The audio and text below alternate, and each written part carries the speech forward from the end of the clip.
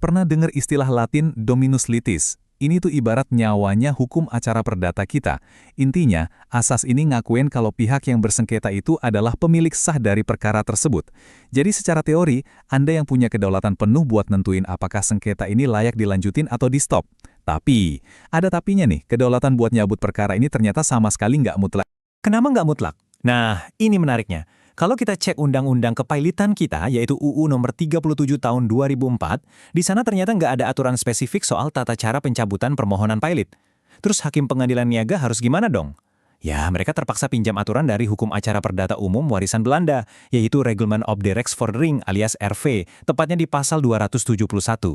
Pasal inilah yang akhirnya ngasih jalan keluar legal buat pemohon yang mau mundur sebelum ada putusan final.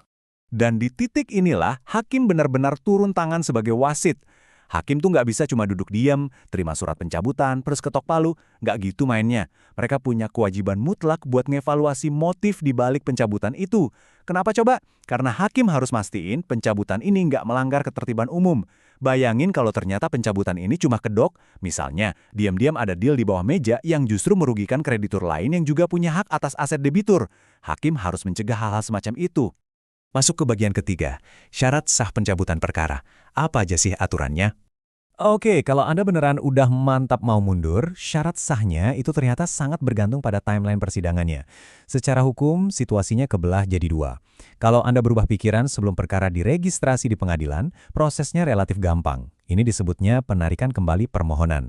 Tapi ceritanya bakal beda total dan jadi super formal kalau perkara udah diregister dan sidang udah dibuka. Di tahap ini, istilah hukumnya berubah jadi pencabutan, dan percayalah, aturannya jadi jauh lebih ketat. Nah, gimana sih persisnya langkah-langkah buat nyabut perkara ini secara sah? Pertama, pemohon harus nyampein niatnya dengan sangat jelas, bisa lewat surat resmi ke Ketua Majelis Hakim atau disampaikan langsung secara lisan pas sidang terbuka. Kedua, seperti yang kita bahas tadi, hakim bakal ngecek ketat apakah alasan pencabutan ini aman dari pelanggaran ketertiban umum. Ketiga, dan ini krusial banget, hakim kemungkinan besar bakal minta persetujuan dari pihak lawan. Kalau semua lampu hijau udah nyala, barulah langkah keempat, hakim ngeluarin penetapan resmi yang punya kekuatan eksekutorial. Sekarang kita masuk ke bagian keempat, hak jawab dan persetujuan termohon. Ini